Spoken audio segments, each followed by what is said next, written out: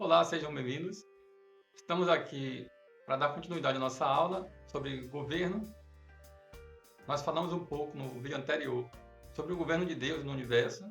Falamos também um pouco sobre como Deus deu a terra aos homens para governar. E vamos agora falar por área, né? Então, nós temos aqui 4 esferas. Então, seria a esfera da família, da religião, associações e governo civil. Ok? Então, vamos começar pela questão da família. Nós aqui vamos considerar a família como uma célula de sobrevivência. Uma célula de sobrevivência com um propósito. Então, considerando dessa forma, vamos dizer o seguinte: a família ela tem a função de proteger uns aos outros, cuidar dos idosos, compartilhar moradia, alimentos e vestiário, ensinar os filhos, transmitir valores e princípios e educar.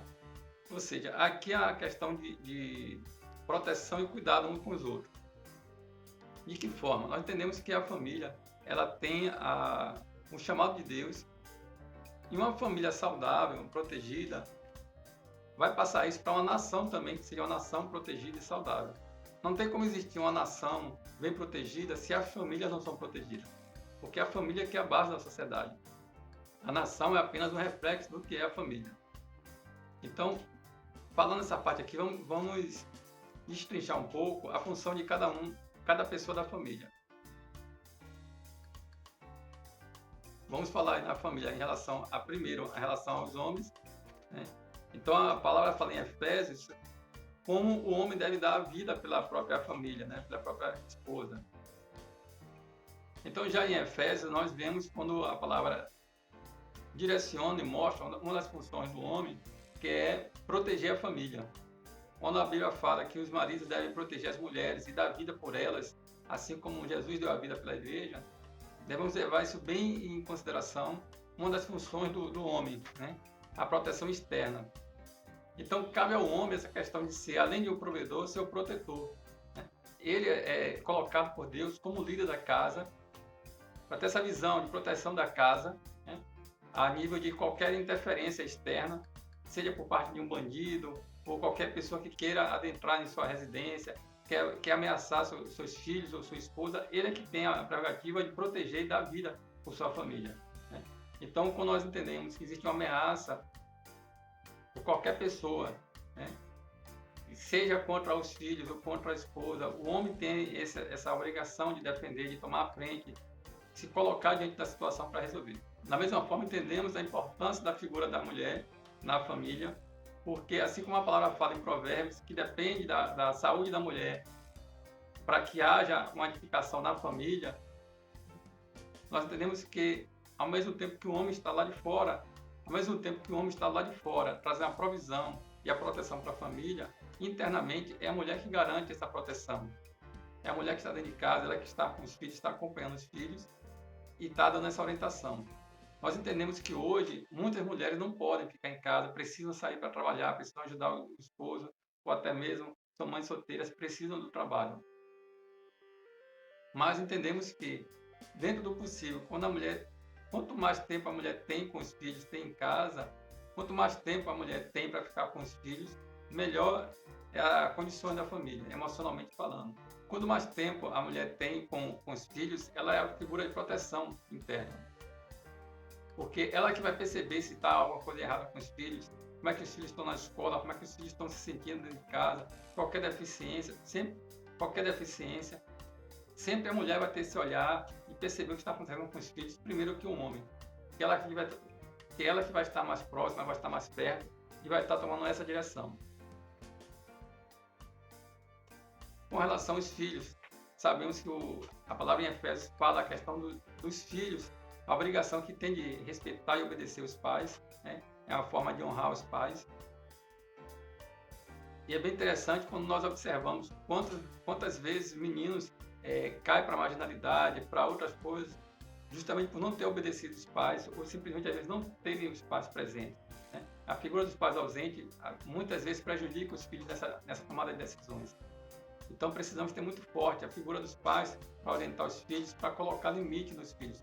O filho não pode viver sem limite, porque toda criança ela não tem ainda noção, não só criança como adolescentes, eles ainda não têm a noção exata realmente do mundo, eles estão descobrindo o mundo, estão conhecendo o mundo.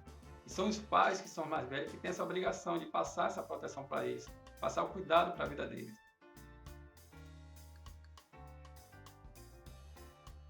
E por último, tem uma palavra aqui, acho muito interessante, em Timóteo, 1 Timóteo 5, versículo 4 a 8. Essa passagem diz o seguinte: é um momento que está vendo ali a questão da distribuição, né, de cuidados com os idosos. É um momento que o apóstolo está passando a orientação para a igreja para cuidar dos idosos. E aí ele fala muito evidente, a forma seguinte: olha, cuidar dos idosos que não tem quem cuide deles, né? A Bíblia fala muito sobre isso, de cuidar dos desamparados, os idosos, os órfãos e os estrangeiros. Mas no caso de um idoso que tem filhos, tem neto, tem que ser cobrado dessa família que cuida dos seus idosos, né? Não pode ser pesado para a igreja não pode ficar tomando conta de todos e cuidando de todos. Mas essa obrigação é primeiro da família. Então, os filhos e os netos têm a obrigação de cuidar dos idosos e não deixar os idosos desassistidos e querer cobrar que o Estado ou a própria igreja venha ser responsável por isso. Por mais que o Estado possa ajudar, a igreja possa ajudar, mas a obrigação principal é da família. Então, hoje é comum nós aprendemos várias outras teorias sobre família, em que as famílias estão desestruturadas e o Estado querendo intrometer, querendo tirar a autoridade dos pais sobre os filhos, querendo incentivar a que a mulher saia de casa, que a mulher não fique em casa para trabalhar fora, para buscar sua felicidade, para se empoderar e buscar uma vida independente da família. Mas sabemos que isso não é o propósito de Deus, não é aquilo que Deus orienta. Nós podemos fazer, mas o preço vem e quem vamos pagar o preço por isso vamos ser nós mesmos, né? A própria família paga o preço disso, quando não se tem uma família estruturada. Então vivemos em um mundo em que todo momento nós somos aliciados, os homens são aliciados pelo hedonismo, de buscar os seus próprios prazeres. Então o homem cada vez mais bombardeado com imagens na televisão, no cinema, em todos os lugares, de mulheres seminuas, sempre chamando os homens quase que enfeitiçados, em busca de várias mulheres. Então, se ele não ama mais aquela mulher, ele larga aquela, vai buscar outra.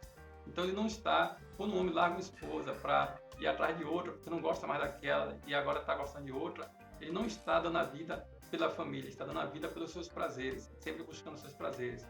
Quando a mulher também, ela entende que ela não quer mais cuidar dos filhos, que ela precisa buscar sua independência, buscar seus sonhos pessoais, ela também está dando a vida para os seus sonhos, todas as realizações pessoais, deixando de lado a família. Isso pode até parecer duro, mas é uma consequência que nós devemos ver no futuro. Por mais que a juventude, nós erramos muito, mas tudo aquilo que nós fazemos, nós vamos escolher lá no fundo. Então, o que nós estamos encontrando hoje na sociedade, muitos idosos desamparados, porque justamente viviam uma vida desregrada quando era jovem e quando está em uma fase mais avançada da sua vida, já estão desamparados pelos filhos. Os filhos, cada um vive de uma forma, a família, ao invés de ser uma família fechada como uma célula de sobrevivência, nós estamos vendo cada vez mais os filhos sendo orientados a buscar seus próprios sonhos também e indo morar longe dos pais, e cada qual querendo ser uma coisa. Então não existe uma unidade na família, né? Então sendo desconstruída essa unidade da família para que cada um tenha um sonho individual e cada qual vai procurar seu sonho, e eles assim a família fica fragmentada. Cada um tem um sonho, cada um tem um projeto e ninguém vai para lugar nenhum, né? Porque eles diminuem a força deles. Quando a família está junta, estão todos por um ali, um por todos, e é mais fácil eles vencerem as dificuldades. Mas quando eles estão divididos, é mais difícil eles conseguirem chegar a algum lugar. Tá certo? Então, vamos encerrar essa parte da família, vamos passar para outra esfera. Vamos falar agora da religião, né? Quando falamos da religião, entendemos que existem várias religiões, e entendemos que cada religião tem suas crenças, tem seu estatuto, e aí nós falamos que o Estado, nem os homens, ninguém pode interferir na religião de cada um. As religiões têm que ter autonomia, desde que não faça mal a ninguém, de se autogovernar. Quando falamos da religião cristã, entendemos que a nossa regra de fé e prática é baseada na Bíblia. É baseada na Bíblia. Então, é pela Bíblia que a religião vai se guiar. A igreja não pode sofrer interferência por parte do Estado, nem por parte do indivíduo. ela é uma célula também autônoma. Os homens que se reúnem para formar uma determinada igreja, eles devem eleger uma liderança, eles devem decidir a sua regra de fé, aquilo que eles acreditam, baseado na Bíblia. E as pessoas de fora da igreja não podem interferir, dizendo o que pode e o que não pode fazer, como deve ser a fé deles. Então, a religião nós entendemos que é uma esfera independente que tem sua responsabilidade e tem sua autonomia. Com relação à tarefa, quando nós falamos de religião cristã, e nós entendemos que a principal tarefa da igreja é o discipulado, é o ensino da palavra, é o mandamento que Jesus deixa lá em Mateus 28, 19 e 20, de ir por todo mundo e fazer discípulos, ensinando a guardar todas as coisas, batizando-os e ensinando a guardar todas as coisas.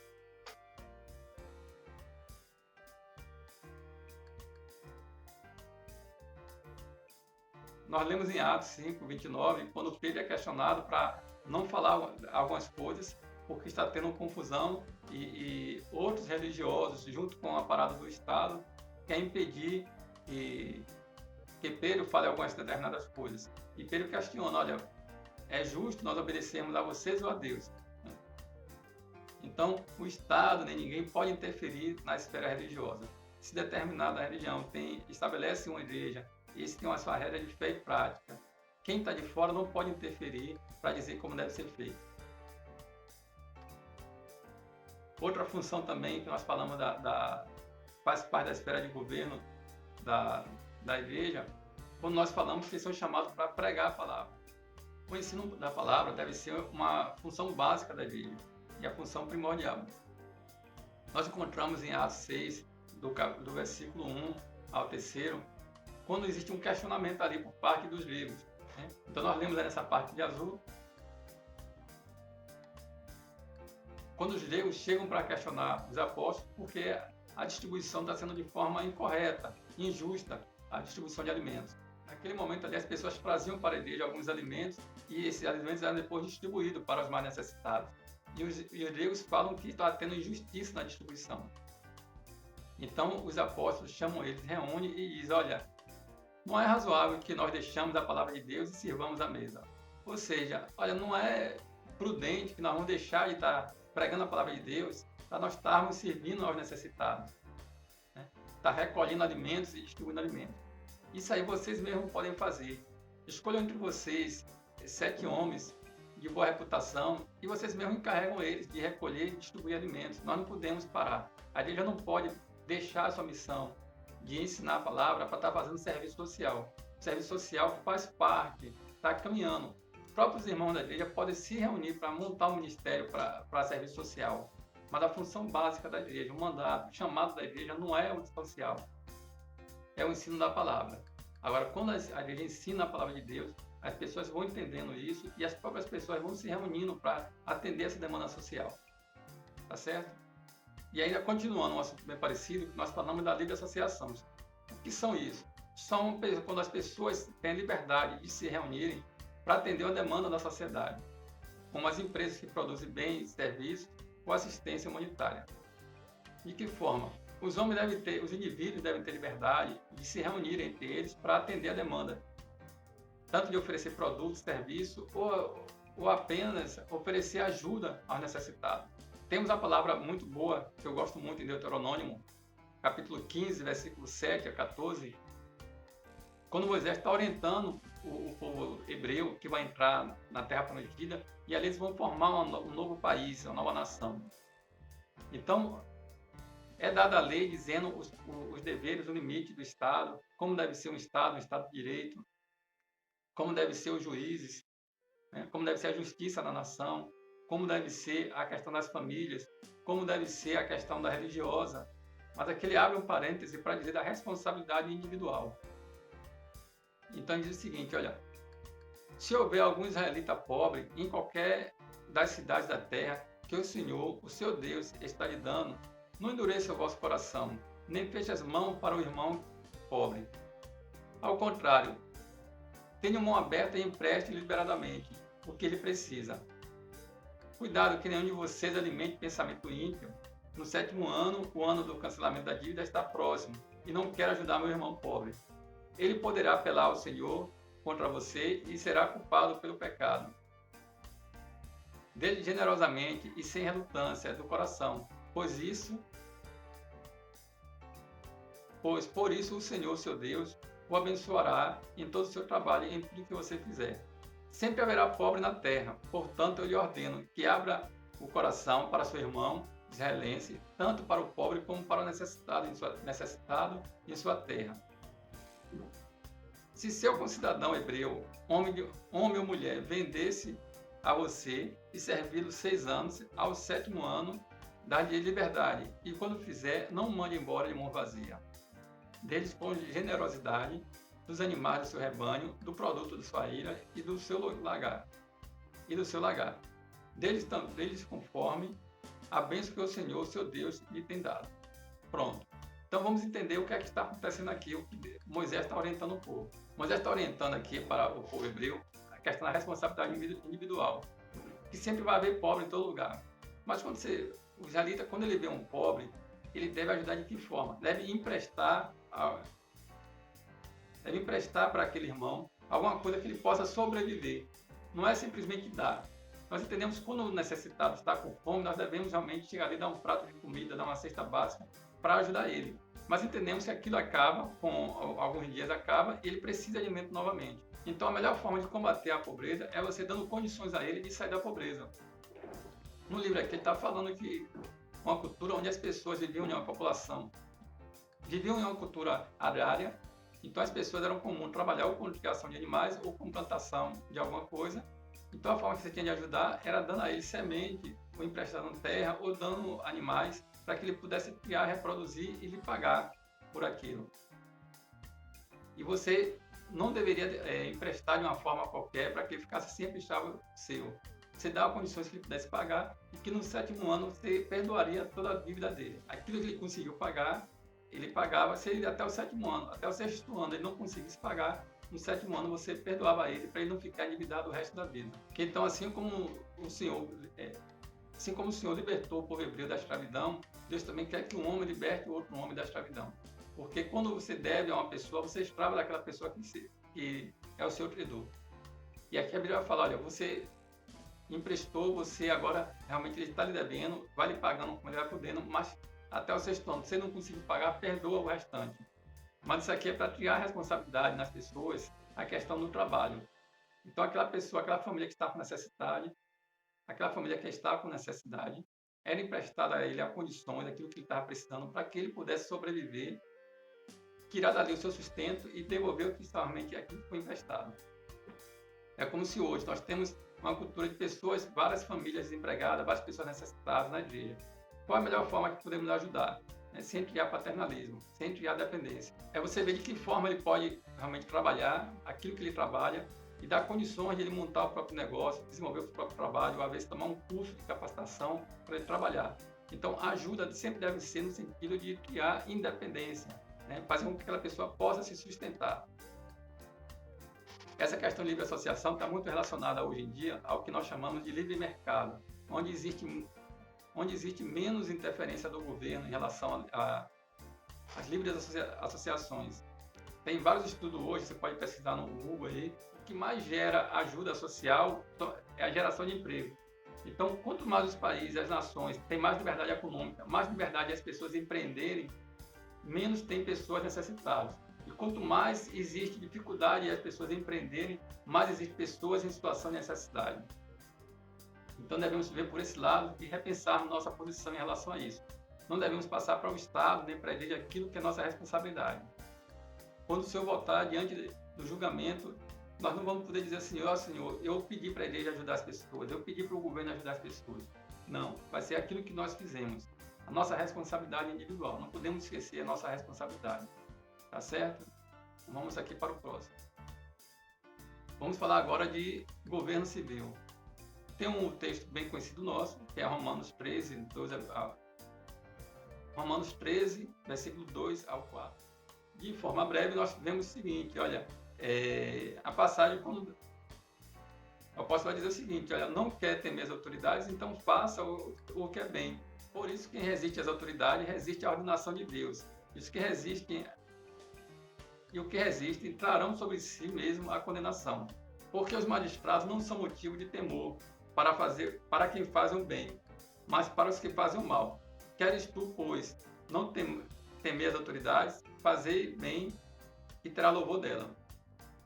Portanto, ela é ministro de Deus para o bem, mas se fizer o mal, teme, pois não traz à toa a espada, porque é ministra de Deus e vingador da ira contra aqueles que praticam o mal.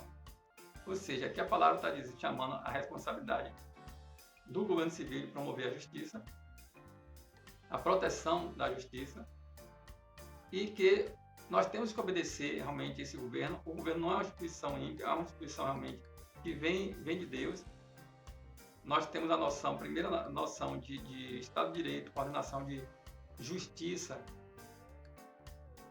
Na Bíblia, no Pentateuco, quando Moisés começa a orientar o povo, é a primeira vez na história, que nós temos uma nação onde existem leis para todos obedecerem, né? E que todos serão iguais perante a lei.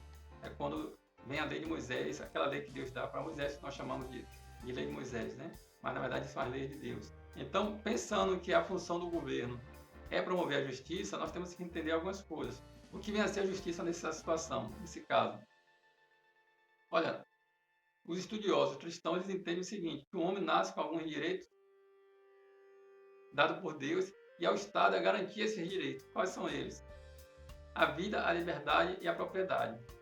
A vida é Deus que dá, é Deus que tira e ninguém tem o direito de tirar a vida do outro. Por isso que a Bíblia fala que não pode haver assassino em Israel. Quando existe assassino, esse assassino deve ser julgado e condenado por isso, para que não haja mais derramamento de sangue. O homem é chamado para a liberdade. Deus libertou o povo hebreu da escravidão. Nós vemos na história da humanidade, só depois da consolidação da reforma protestante, dos direitos universais do cidadão, foi que veio a ideia de liberdade, que ninguém poderia ser escravizado. Todos os homens são livres. Então, essa é uma ideia básica da reforma protestante, o direito à liberdade e, por último, o direito à propriedade. Entendemos que todo homem que trabalha é digno do seu salário. Então, tudo aquilo que ele compra com o seu trabalho é direito dele e ninguém pode tirar dele, nem outro indivíduo, nem o Estado. Então, para garantir esses direitos naturais, a vida, a liberdade e a propriedade, então isso é que o governo vai garantir, essa proteção, para que não haja roubo, não haja assassinato, não haja aprisionamento. Então, baseado nesse pilar de proteção da vida, da liberdade e da propriedade, é que vai se estabelecer o governo civil para colocar uma ordem na sociedade. Agora que falamos desses aí, vamos trazer aqui uma outra visão, né? Falamos ali, mostramos um pouco da figura da organograma de um governo cristão. Vamos entender agora um governo civil na visão socialista comunista. Então, na visão socialista comunista, some a figura de Deus, o governo civil passa a ser Deus, né? O Estado, na pessoa do governo, passa a ser Deus e ele é quem cuida e detém autoridade sobre os indivíduos, sobre as famílias, sobre a religião, sobre as associações. É um governo que controla todas as coisas. Então, essa é a visão socialista comunista. E, geralmente, isso aí, todo lugar que nós temos visto, sempre acabou em tirania, porque o homem em si, ele não tem condições de tomar o lugar de Deus. Ele acaba se atropelando com o próprio poder e acaba se tornando um tirano. É o caso que nós vemos na Coreia do Norte, por exemplo, e em Cuba e vários outros países onde foi implantado o comunismo. Temos aqui também uma visão já mais recente, que é a visão socialista religiosa. O que vem a ser isso? Nesse sentido aqui, eles colocam que realmente existe a presença de Deus, mas que Deus estabelece o governo civil para controlar a sociedade. E nesse controlar a sociedade, o governo vai determinar o que é melhor para os indivíduos, o que é melhor para a família, o que é melhor para a religião, para as associações. O governo civil vai se interferir em tudo. Então, os indivíduos não passam a ter agora um relacionamento, uma dependência diretamente de Deus. Vai depender do governo civil. E o governo civil é que vai ser o instrumento de Deus para fazer o que é melhor para eles. Então, nessa figura aí, nós já sabemos que não dá certo também, porque você deixa de perder sua liberdade, porque agora não é mais você e Deus, agora é você e o governo civil. É o governo civil que vai lhe dar aquilo que está precisando. Lembrando que o governo civil sempre está trocando, então o indivíduo sempre vai ficar refém do governo atual. Se é um governo bom, se é um governo tirano, se é um governo usurpador, dependendo do governo, vai depender da situação dos indivíduos. Os indivíduos não vão mais depender de Deus. E, por último, uma visão secularista, né? Muito mais voltada como se fosse a direita. Assim como nós falamos do socialismo, que é a visão mais, nós chamamos hoje de esquerdista, nós temos a visão, muitas vezes, a visão de direita, que é o indivíduo é soberano. E o risco aí é quando nós colocamos o indivíduo é soberano, ele vai legislar sobre todas as áreas. Então, tanto o governo como família, religião e associações são para satisfazer as necessidades dele, aquilo que é melhor para ele. Então, a religião, a igreja, no caso, ao invés de estar submissa àquilo que é a vontade de Deus, ele está preocupado em satisfazer aquilo que o homem quer fazer, né? Então, por mais que a Bíblia fale que é errado fazer algumas coisas, mas se o indivíduo gosta daquilo ali, a religião vai satisfazer o indivíduo dizendo o seguinte: olha, o importante é o coração, né? É uma pessoa boa. Por mais que ele está fazendo as coisas que não é de acordo com a palavra de Deus, mas é uma pessoa boa. Ele só está querendo realmente ser feliz. Então, a religião, as associações, famílias, todas essas passam a satisfazer os desejos do indivíduo, quando o indivíduo não tem Deus. Então, essa também é um outro extremo que não devemos compactuar, nem aceitar, nem podemos ficar calados. Também temos que denunciar, não podemos nos associar a esse tipo de visão, tá certo? Então, essa foi a nossa aula sobre esfera de governo. Espero que vocês tenham entendido, tenham gostado. Qualquer dúvida também pode deixar a mensagem aí e vamos estar respondendo e tentar tirar as dúvidas que for preciso. Tá certo? Então, até a próxima aula.